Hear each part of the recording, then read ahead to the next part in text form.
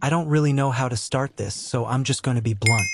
I, 34M, have been married to my wife, 32F, for 6 years. Together for 9. No kids. For most of that time, I genuinely believed we were solid. Not perfect, but solid. We had our fights, sure. Mostly about small stuff. Money, her temper, how she'd snap at me in public and then act like I was too sensitive when I brought it up later. Looking back, the red flags were there. I just kept painting over them. She's always been sharp, quick with her words. If she's in a bad mood, everyone knows it, especially me. She'd say things like, "You're lucky I even put up with you," half joking, half not. If I called her out on it, she'd roll her eyes and say I was dramatic. That became a pattern. I questioned something. She'd flip it back on me. I'd end up apologizing. About 6 months ago, something shifted. Subtle at first. She started guarding her phone like it contained state secrets. Face down on the table. Took it into the shower. Changed her password because of work security. When I asked about it, she laughed and said, "Wow, paranoid much?" She began staying late at work more often. New projects. New team dinners. She'd come home smelling different. Not bad, just different. Cologne that wasn't mine. I told myself I was imagining it. I didn't want to be the jealous husband. The fights got worse too. Out of nowhere. I'd ask how her day was and she'd snap, "Why do you interrogate me?" If I suggested we spend a weekend together, she'd say she was exhausted and needed space. But somehow she always had energy for her co-workers. The weirdest part? Sometimes she'd be overly affectionate, like suspiciously sweet. Random gifts, cooking my favorite meals. One night she looked at me across the dinner table and said, "You trust me, right?" Completely out of the blue. I said yes. I meant it. I just didn't know what that word was about to cost me. So here's where things stop being, "Maybe I'm overthinking," and start being, "I wish I'd trusted my gut sooner." About 2 months ago, she left her laptop at home. That alone wasn't unusual. What was unusual? She texted me 3 separate times that morning asking if I'd seen it. Not, "Hey, can you check?" More like frantic. "Did you move my laptop? Are you sure you didn't open it? Please don't touch it." I need it exactly how I left it. That set something off in me. For context, she has always accused me of snooping. I never have. I've always respected privacy. So her immediate defensiveness felt telling.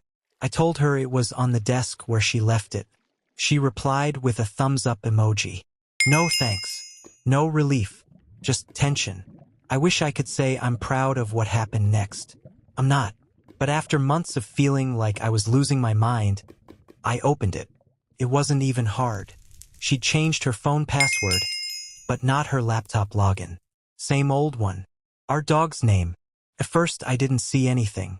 Desktop looked normal. Emails were normal. I almost closed it and convinced myself I was insane. Then I saw her messaging app open in the corner. Minimized. And there it was. A conversation pinned at the top. A name I didn't recognize. Just a first name. Evan. The last message preview said, "Last night was worth every risk." I physically felt my stomach drop, like an elevator cable snapping. I clicked it. Scrolling up felt like digging my own grave. Weeks. No, months. Flirty messages. Inside jokes I wasn't part of. Complaints about me. About how I was clingy. How I wouldn't suspect a thing. Pictures I can't get out of my head. Plans to meet during late work nights. A hotel receipt screenshot she'd sent him with "Our little hideaway" written underneath. My hands were shaking so badly I had to sit down. And then, because life apparently enjoys dramatic timing, my phone buzzed. It was her. "Hey babe, Redheart just wrapped up a meeting. Might be home late again. Don't wait up." I stared at the screen. Meeting, right? I don't remember typing back, but I wrote, "No worries. Take your time." That was the moment something inside me cracked. Not just because she cheated, but because she lied so easily. And I knew, with terrifying clarity, that she'd done this before. I didn't confront her right away. That probably sounds weak. Or calculated. Maybe it was both. But here's the thing. When you find out your wife has been lying to your face for months, your brain doesn't immediately switch into, let's have a productive discussion. It goes into survival mode. I closed the laptop exactly how I found it. Same angle, same charger position. I even wiped the keyboard because my hands were sweating. Then I sat on the couch and just stared at the wall. Shock is weird. It's not dramatic crying or punching walls like in movies. It's numb. My body felt cold, like all the blood drained out of me. I kept replaying little memories in my head. The nights she'd come home late, the sudden sweetness, the random arguments she'd start out of nowhere. It all snapped into place like the worst puzzle ever made. And then something else hit me.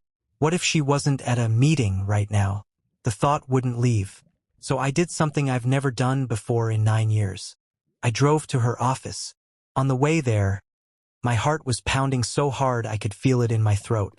I kept telling myself I'd look crazy if she was actually inside working. I rehearsed excuses in my head. Oh, I was just in the area. I wanted to surprise you. I pulled into the parking lot. Her car wasn't there. I sat there for a full minute, staring at the empty space where she usually parks. I even circled the building once to be sure. Nothing. That's when the anger finally broke through the numbness. Not yelling anger. Not yet. This quiet, burning kind that sits in your chest and makes everything feel sharp. I checked the messages again from my phone. I had snapped a couple photos of the conversation before closing the laptop. One of them mentioned a hotel downtown. Same one from the screenshot she'd sent him. It was 20 minutes away. I don't know what possessed me, but I drove there too. Half of me hoped I was wrong. Half of me already knew I wasn't. When I pulled into the hotel parking garage, I saw her car. Third row. Same dent on the back bumper from when she accidentally hit a pole last year. My hands started shaking again. I just sat there gripping the steering wheel, staring at it. I remember thinking, this is the moment. After this, nothing will ever be the same. And I was right. I didn't storm upstairs. That's what I thought I'd do. Kick in a door. Make a scene. Yell.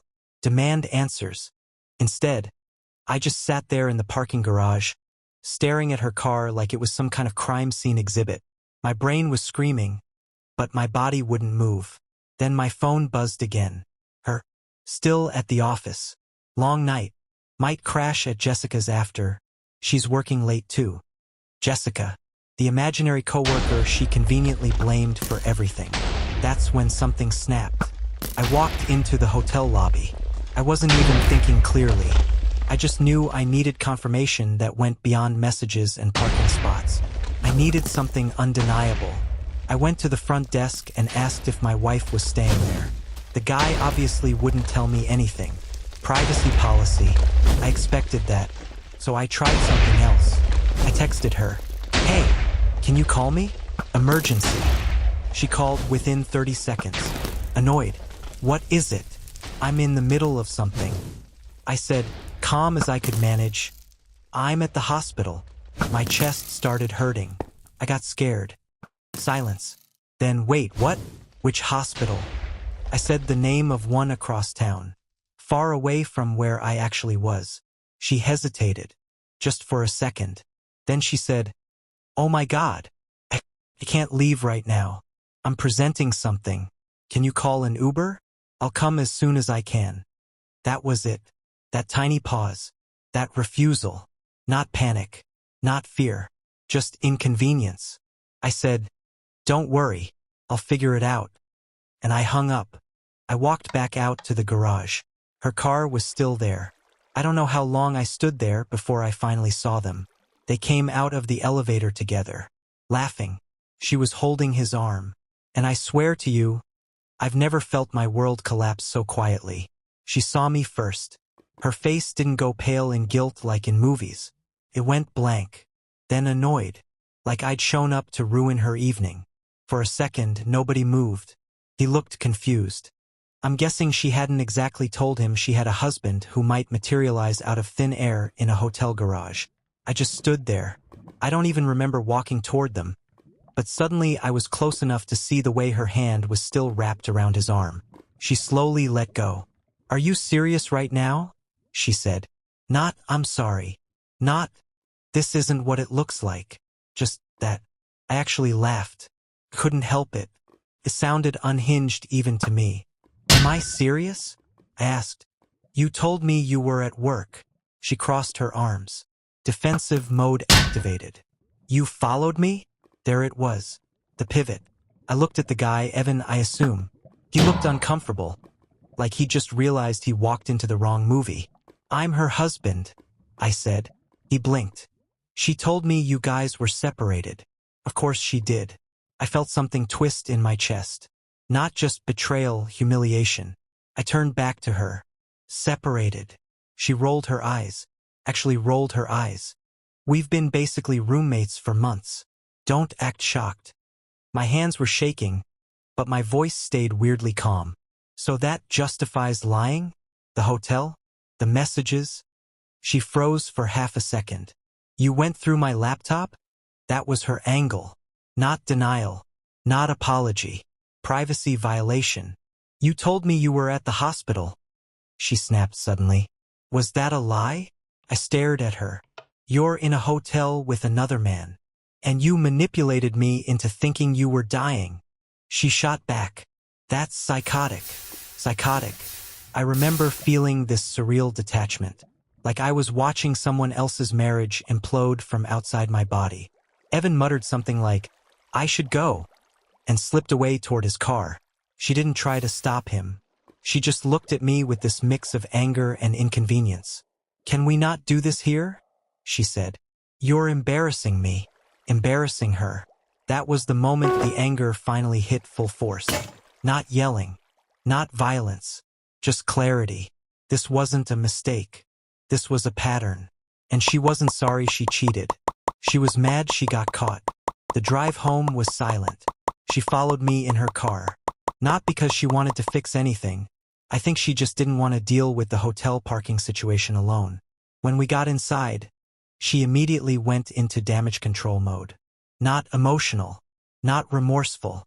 Strategic. She dropped her purse on the counter and said, Okay, let's not overreact. Overreact.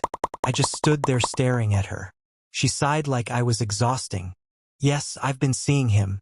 It's not that deep. Not that deep. I asked her how long. She hesitated. A few weeks.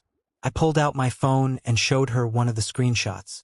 Time-stamped from 3 months ago. Her jaw tightened. Fine. A few months. But we were already disconnected before that. So now it was my fault. She started pacing. You've been distant. You're always questioning me. You make everything heavy. I needed something that felt easy.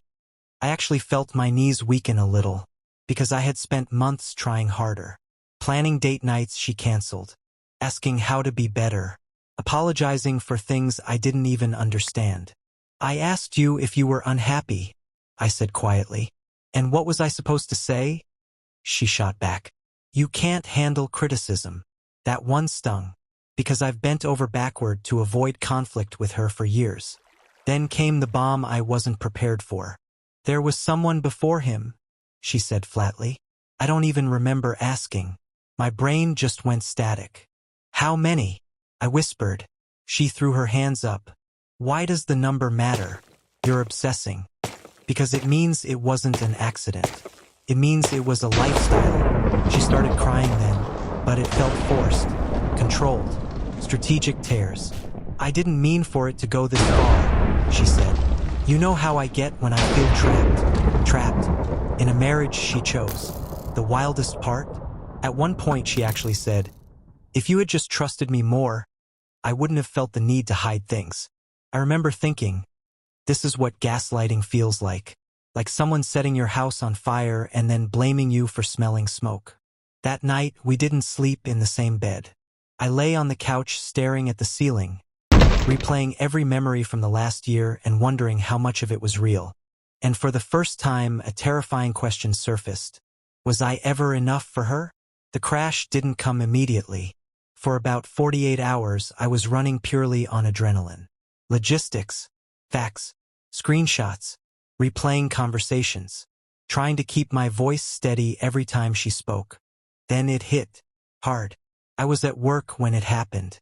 Just sitting at my desk, staring at an email I'd read 3 times without processing. And suddenly my chest tightened, my vision blurred, and I had to lock myself in the bathroom because I thought I was going to lose it in front of everyone. I didn't cry at the hotel. I didn't cry during the confrontation. I didn't cry when she admitted there were others. I cried in a workplace bathroom stall like my body had finally gotten permission. It wasn't just the cheating. It was the lies, the rewriting of history, the way she had looked at me in that garage. Not guilty, not ashamed, just irritated. I started replaying every sweet moment from the past few months.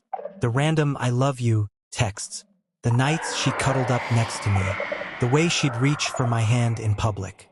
Was any of it real? Or was I just emotional cover? Then came the anger. I'd be driving and suddenly grip the steering wheel so hard my knuckles turned white. I'd imagine all the times she called me insecure or paranoid. All the times I apologized for overthinking. I wasn't overthinking. I was being lied to. The humiliation was the worst part. There's something uniquely painful about knowing someone else knew. That this other guy thought I was the clueless husband at home. That she likely complained about me to him. That private parts of my life were probably punchlines in their messages. And then, just when I thought I couldn't feel lower, she texted me from the bedroom one night. "Are you done sulking yet? We need to act normal." Act normal. Like my reality hadn't just split open.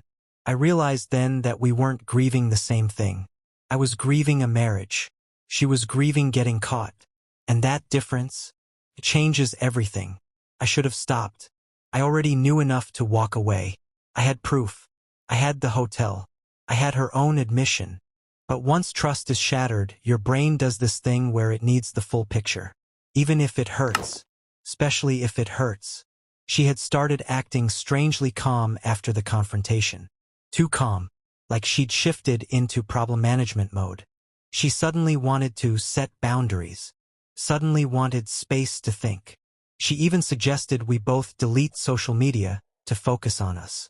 That last one made my stomach turn. So I did what I probably should have done months earlier. I looked at our shared phone bill. We're on the same plan. Always have been.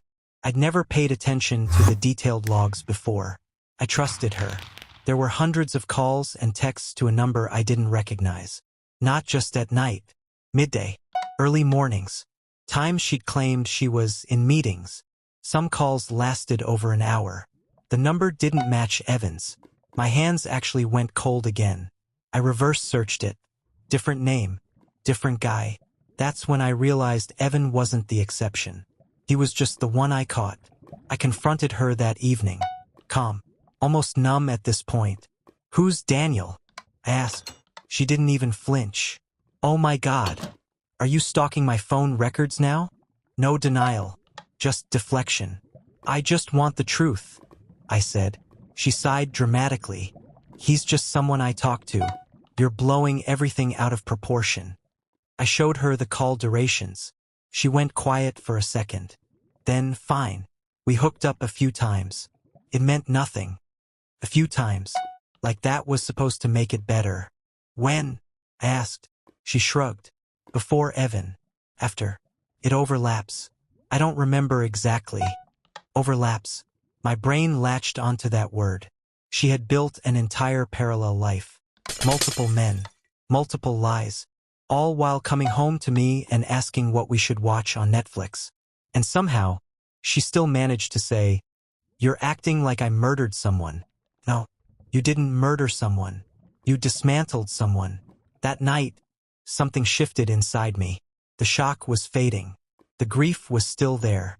But underneath it, something else was forming. Not rage. Resolve. I thought after the second guy came out, she'd finally drop the act. I was wrong. The next morning, she sat me down at the kitchen table like we were about to discuss mortgage rates. "I've been thinking," she started. That phrase now makes my skin crawl. She folded her hands and said, "This didn't happen in a vacuum." Of course it didn't. Nothing is ever just her fault. She told me she'd felt emotionally neglected. That I had checked out long before she did. That my neediness pushed her away. Neediness. I asked her what that meant. You always want reassurance. You ask if I'm okay. You ask if we're okay. It's suffocating. So me trying to connect became suffocation. She then dropped another curveball. I was going to tell you I wanted a break. Going to. When, after hotel number 3, she leaned back and said, honestly, I think we both know this marriage has been over for a while. That one hit differently. Because I didn't know that. I was still trying. I told her that if she was unhappy, she could have left. She could have been honest. And she actually said, divorce is messy. This was easier. Easier. I stared at her and realized something brutal. She didn't see betrayal the way I did. To her, it was a coping mechanism. To me, it was a demolition. Then she tried one last twist. If you tell people about this, she said, just remember they'll ask what you did too. That was the first time I saw it clearly. This wasn't just cheating. This was narrative control. She wasn't afraid of losing me. She was afraid of losing the image. And suddenly, the fear that had been living in my chest for months started shrinking. Because once you realize someone is willing to rewrite reality to protect themselves, you stop trying to argue facts. You start planning exits. For days, I didn't say much. She mistook that for weakness. She kept walking around like this was a rough patch we'd communicate through. She even suggested couples therapy, but in that tone, like it was something I needed. You have a lot of insecurity to unpack, she told me one night. I almost laughed. Instead, I quietly started gathering documents. Bank statements, mortgage paperwork, screenshots backed up to a private cloud she didn't know about. I opened a separate checking account in my name. I talked to a lawyer during my lunch break. The lawyer didn't react emotionally, just listened, nodded, and said, you need to decide if this is salvageable to you, not if she says it is. That line stuck with me. Is this salvageable to me? The answer had been forming for days. I just hadn't said it out loud. Then the final twist came. She came home early one afternoon, unusually upbeat, sat down across from me and said, I told Evan we need to cool it. I'm choosing us. Choosing us. Like I should feel honored. I asked, did he know you were married? She hesitated. Not fully. I just stared at her. He knew we were complicated, she clarified. Complicated. She had built a narrative where I was the distant, emotionally unstable husband she was basically separated from. And now she wanted applause for ending it. I'm giving you another chance, she said. That sentence snapped something clean in half. Another chance. As if I had done something wrong. As if I was on probation in my own marriage. I stood up, walked to the bedroom, grabbed the folder I'd been quietly filling, and placed it on the kitchen table. What's this? She asked. Divorce paperwork. For the first time since the hotel garage, she actually looked shaken. Are you serious? She said. And this time, when I answered, my voice didn't tremble. Yes. She froze, mid-sentence. The words she'd been about to throw at me. Excuses, gaslighting, threats, just stopped. Her face went from shock to panic to a sort of angry disbelief in under 10 seconds. You can't, she spat. I was trying to fix this. I told him I was choosing us. I shrugged. Choosing us? You mean choosing what's convenient for you. You lied, cheated, and treated me like I was invisible for months. That's not US. That's you playing a game. She flinched at my words. I could tell she hadn't expected me to call her out so directly, with no emotion in my voice. Just facts. Cold, sharp, undeniable facts. I can explain, she started. Typical. Already moving into damage control mode. I don't want explanations, I said. I don't want justifications. I want the truth. And I have it. All of it. I've seen everything. She backed up a step, almost physically recoiling. You've been snooping? You invaded my privacy. I laughed, bitter. I didn't snoop. You left me no choice. You left your laptop open, you left your life in plain sight, and I saw what you were doing. Her face twisted, like she was trying to pick a fight but realized she had no ammunition. Divorce is final? She asked, voice lower now, quieter, almost pleading. Yes, I said. I'm done being manipulated, done being lied to, done feeling invisible in my own marriage. She went silent. She didn't cry. She didn't scream. She just stared at me like she was trying to memorize what this version of me looked like. The one who had finally snapped the leash. And for the first time in months, I felt something I hadn't allowed myself to feel, relief. The next few days were surreal. She stayed in the house for a couple of nights, acting as if nothing had changed. Like the divorce papers on the table were just a minor inconvenience. She'd make coffee in the morning, walk past me, hum a tune, all while I was trying not to scream at the absurdity of it. Couldn't sleep, couldn't eat. Every corner of the house reminded me of her lies. The lipstick stains I never noticed, the receipts for restaurants she never mentioned, the perfume I thought she'd stopped wearing. And then the grief hit, hard. It wasn't just sadness. It was betrayal, humiliation, rage, and heartbreak all at once. Some nights I sat in the dark, staring at the ceiling, wondering how someone I trusted completely could systematically dismantle our life like it was nothing. I thought about all the moments I'd let slide, the little lies, the dismissals of my feelings, the gaslighting. I realized now that I hadn't failed as a husband.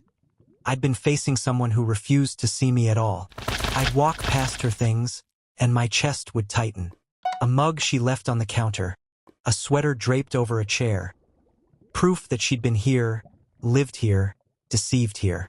Friends tried to help, but how do you explain this without sounding crazy?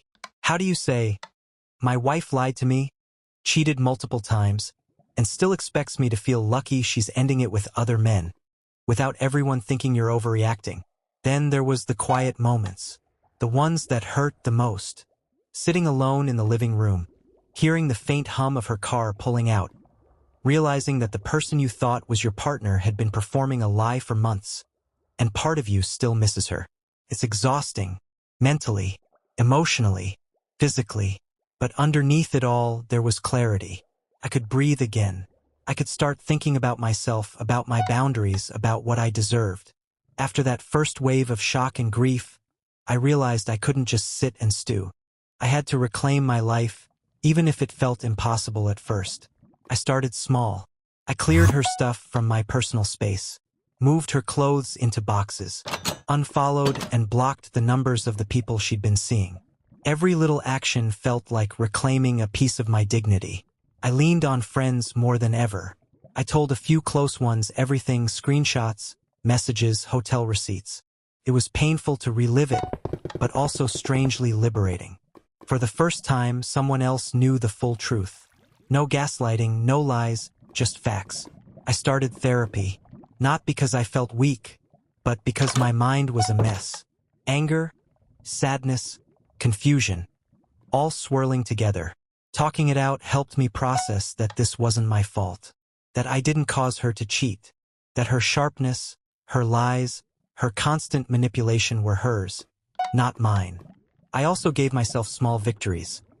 Cooking my own meals without thinking about her schedule, sleeping without checking if she'd come home late, taking walks at night just to feel my own presence in the world again. One night, I realized I hadn't thought about the other men she'd been with for a while, not because I forgot, but because the rage that had consumed me was finally dissipating. I wasn't obsessing over what she did anymore. I was focusing on what I would do for me. And slowly, I began to feel something I didn't expect. Hope. Hope that I could trust again. Hope that I could love again. Hope that the next relationship wouldn't have this shadow of manipulation and betrayal. Looking back, I've learned a lot, some of it painfully. First, trust is sacred. Once it's gone, no explanation or promise can instantly repair it. You can rebuild boundaries, but you can't ignore the foundation that was cracked. Second, sharpness, charm, or even apologies don't erase actions. She was able to lie, cheat, and manipulate without guilt. That taught me to pay attention to patterns, not words. Third, your instincts are rarely wrong. I ignored red flags for months because I didn't want to believe the worst. I kept giving her the benefit of the doubt. That hesitation cost me precious emotional energy. Fourth, your own self-respect matters more than appearances. She wanted to control the narrative, keep up appearances, make it seem like I was the dramatic one. I learned that protecting my mental and emotional health is more important than saving face for someone who doesn't care about the truth. Finally, grief and healing aren't linear. Some days I feel strong. Some days the betrayal hits me out of nowhere. That's normal, but I've learned to sit with it, not fight it, and keep moving forward. I've also learned that it's okay to put yourself first, to walk away from a relationship that is toxic, even if love was once real, even if memories were sweet, even if it hurts. If you're in a similar situation, listen to yourself. Document what you see. Protect your mental space. And never let someone make you feel small for demanding honesty, respect, and fidelity. Here's the thing I wish I could tell my past self, and anyone going through this nightmare. Leaving doesn't mean you failed. Staying in a marriage with lies, manipulation, and betrayal would have been failing yourself. I'm still healing. Some nights I catch myself replaying moments, wondering if I could have done something differently. But then I remind myself, I did everything I could. I confronted the truth, I held her accountable, and I reclaimed my life. That's strength, not weakness. Now, months later, I feel lighter. I'm learning to trust again, first myself, then others. I'm cautious, but I'm also open to happiness that isn't built on deception. The biggest lesson? You can't fix someone else's morality, but you can protect your own. And when someone repeatedly chooses lies over love, leaving isn't just an option. It's self-preservation. So for anyone reading this, if you suspect betrayal, trust your instincts. Don't ignore the red flags. Document. Protect yourself. And most importantly, remember that your worth isn't tied to someone else's willingness to honor you. Because in the end, the person who cheats, manipulates, and lies is not the one losing. You're winning by choosing to walk away.